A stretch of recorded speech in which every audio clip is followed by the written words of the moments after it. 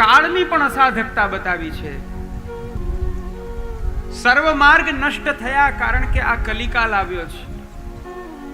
શ્રી મહાપ્રભુજી પણ આપ તત્વાર્થ દીપ નિબંધની અંદર શાસ્ત્રાર્થ પ્રકરણમાં આપ આજ્ઞા કરે છે, કલીનું સ્વરૂપ આપ બતાવે છે. અધુના હ્યધિકારસ્તુ સર્વ એવ ગતા કલો કૃષ્ણશ્ચેત સેવ્યતે ભક્ત્યા કલિસ્તસ્ય ફલાયહિ.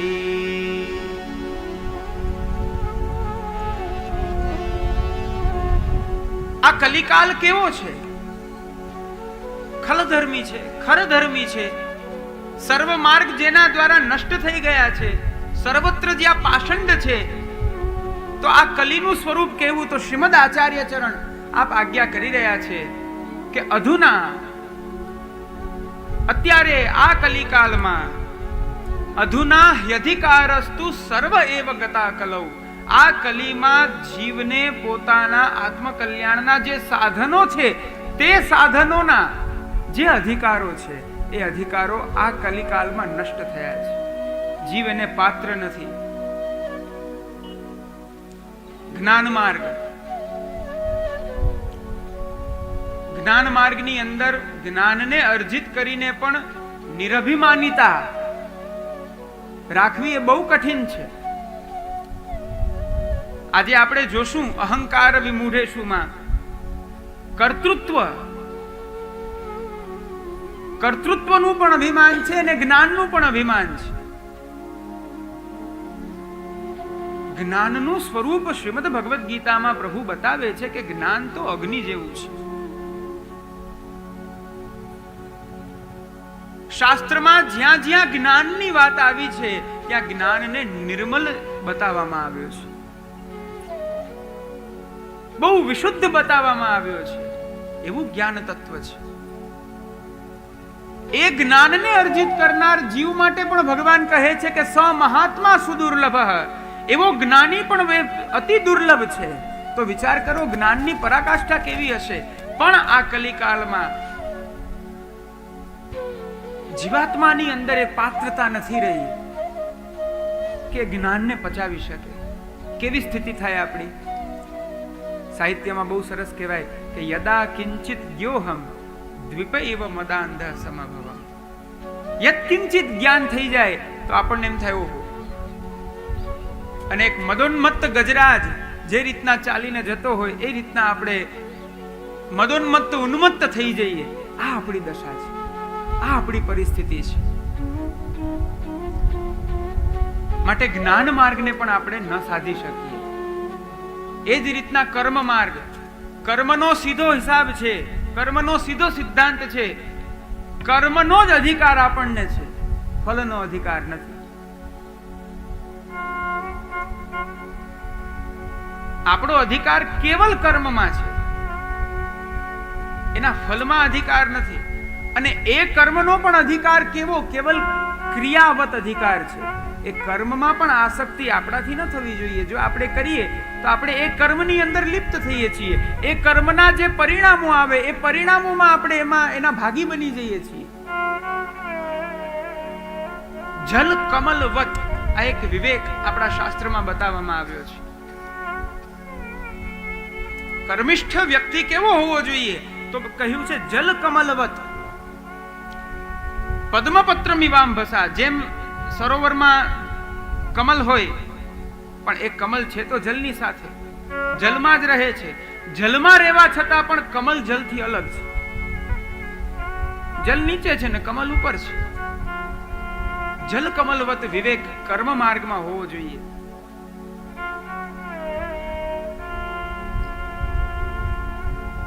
આપ સૌ ભોજન કરો છો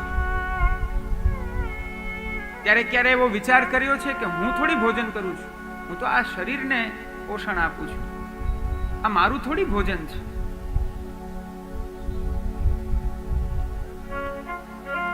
જ્ઞાન માર્ગ કર્મ માર્ગની અંદર જો પારંગત થવું હોય તો આ જ્ઞાન અને કર્મ, જ્ઞાનાભિમાન અને કર્તૃત્વાભિમાન, આ બંને અભિમાનમાંથી જો નીકળવું હોય તો બે પ્રકારના અધ્યાસમાંથી નિવૃત્તિ આપણી થવી જોઈએ.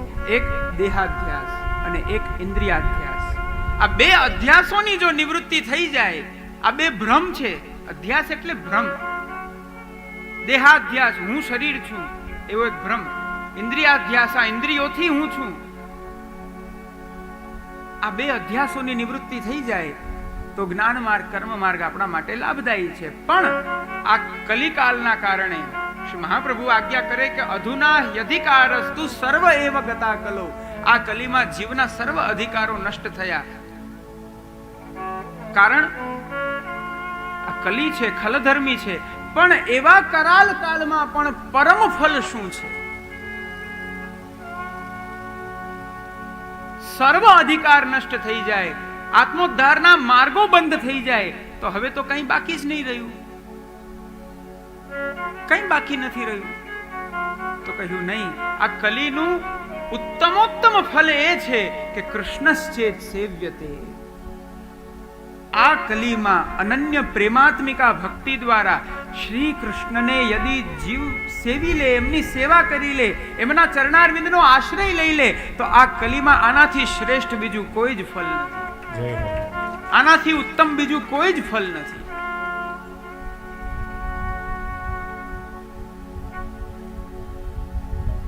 સર્વત્ર પાષંડ છે અને એ પાષંડના કારણે જીવની એકમાત્ર ગતિ હોવી જોઈએ, એ ગતિ છે શ્રી કૃષ્ણ. કૃષ્ણ એવ ગતિર મમ. આ પ્રકારે પ્રથમ શ્લોકમાં કાલની અસાધકતા બતાડી, કૃષ્ણાશ્રયની મહત્તા બતાડી છે. પેલા 3 શ્લોકમાં લોકાશ્રય જ બતાવવામાં આવ્યો છે. લોકાશ્રયને જ વિફલ કરવામાં આવ્યો છે. આ લોકનો આશ્રય, લોકનો આશ્રય સર્વથા વિફલ એટલા માટે છે કારણ કે આ લોક પણ નાશવંત છે.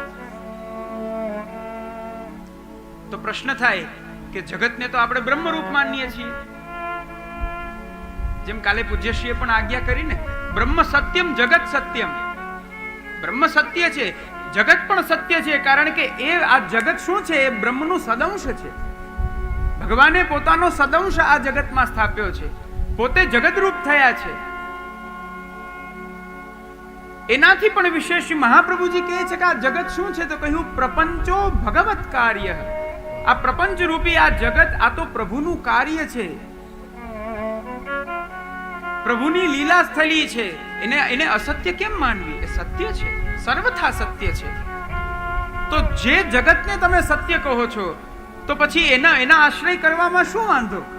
એનો આશ્રય કરીએ તો એમાં કઈ આપત્તિ છે? જીવનું તો એમાં પણ કલ્યાણ છે જો એ સત્ય છે તો. પણ આપણે ત્યાં આપણા પૂર્વાચાર્યો આજ્ઞા કરે છે, બ્રહ્મરૂપમ જગત જ્ઞાતવ્યમ. આ જગતને બ્રહ્મરૂપ જાણવું, પણ તત્રાસક્તિર ન કર્તવ્યા. એ જગતમાં, એ લોકમાં આસક્તિ ન કરવી, કારણ કે એ સ્થિર નથી, એ સ્થાયી નથી. એ લોકને પણ કાલાંતરે પ્રભુનો જ આશ્રય લેવો પડે છે. અને અંતતો ગત્વા આ લોક પણ ભગવાનમાં વિલીન થનારો છે. આ લોકનો પણ તિરોધાન એ પ્રભુમાં થનારો છે. તો જે સ્વયં નિત્ય નથી, જે સ્વયં સ્થિર નથી, જે સ્વયં મજબૂત નથી, જે સ્વયં સક્ષમ નથી, એનો આશ્રય કરીને શું લાભ?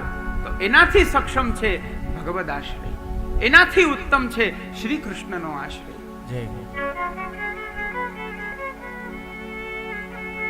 કાળની અસાધકતા બતાડી, હવે સ્થાનની, દેશની અસાધકતા બીજા શ્લોકની અંદર બતાવવામાં આવે છે. બધા જ ભાવથી અનુગાન કરો. મ્લેચ્છા ક્રાંતેષુ દેશેષુ, મ્લેચ્છા ક્રાંતેષુ દેશેષુ, પાપૈક નિલયેષુ ચ, પાપૈક નિલયેષુ ચ, સત્પીડા વ્યગ્રલોકેષુ, સત્પીડા વ્યગ્રલોકેષુ, કૃષ્ણ એવ ગતિર્મમ, કૃષ્ણ એવ ગતિર્મમ, કૃષ્ણ એવ ગતિર્મમ, કૃષ્ણ એવ ગતિર્મમ, કૃષ્ણ એવ ગતિર્મમ. કૃષ્ણ એવ ગતિર્મમ. બીજા શ્લોકમાં ધર્મના જે 6 અંગ છે એમાંનું બીજું અંગ દેશ અર્થાત સ્થાન. કાલે કહ્યું હતું એમ દેશ એટલે કોઈ કન્ટ્રી નહીં પણ સ્થાન. ધર્મ જ એકમાત્ર જીવને આત્મકલ્યાણની પ્રાપ્તિ કરાવે છે, પણ એ ધર્મની અંદર મહત્વનું છે આચાર, આચરણ, અને એ આચરણ માટેના આધાર આ 6 અંગો છે.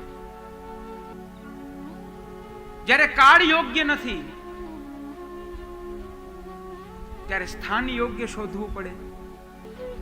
એવું કર્મ કરીએ, એવો યજ્ઞ કરીએ, એવા સ્થાનમાં જઈને કરીએ, નૈમિષારણ્ય જેવા એવા તીર્થોમાં જઈને કરીએ કે જ્યાં જઈ આ કર્મનું ફલ અક્ષય થઈ જાય. જે 100 ગણું ફલ પ્રાપ્ત થવાનું છે એ ફલ 1000 લાખ કરોડ ગણું પ્રાપ્ત થાય, એવું સ્થાન. પણ શ્રીમદ આચાર્ય ચરણ આપ નિરૂપણ કરે છે, આપ આજ્ઞા કરે છે કે એવું તો કોઈ સ્થાન જ નથી બચ્યું.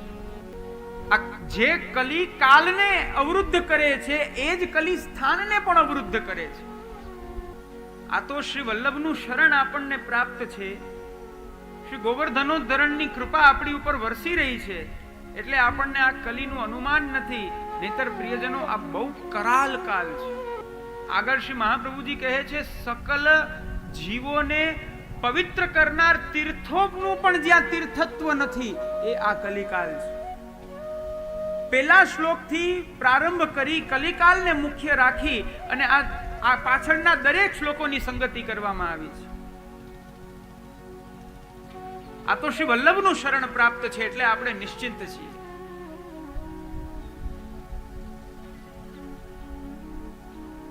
એવું સ્થાન કે જ્યાં જઈને ધર્માચરણ થાય તો કઈ ફલ પ્રાપ્ત થાય, પણ શ્રી વલ્લભ આજ્ઞા કરે છે એવું કોઈ સ્થાન જ નથી બચ્યું. અયોધ્યા, મથુરા, માયા, કાશી, કાંચી, અવંતિકા, પુરી, દ્વારાવતી ચૈવ સપ્તેતે મુક્તિદાયિકા. આપણા શાસ્ત્રોમાં એવા સ્થળો છે કે જે સ્થળોનો તમે ક્ષણમાત્ર પણ આશ્રય કરી લો તો પણ મોક્ષ પ્રાપ્ત થાય. એ આ ભારત વર્ષમાં શક્ય છે, એ આ ભારત વર્ષમાં સંભવ છે. સાતપુરી, અયોધ્યા, મથુરા, જગન્નાથપુરી, ઋષિકેશ, ઉજ્જૈન આદિ જે સપ્તપુરીઓ છે એ સપ્તપુરી કહ્યું છે કે જો એનો આશ્રય મૃત્યુ સમયે પણ કોઈ કરે તો એને મોક્ષ પ્રાપ્ત થાય.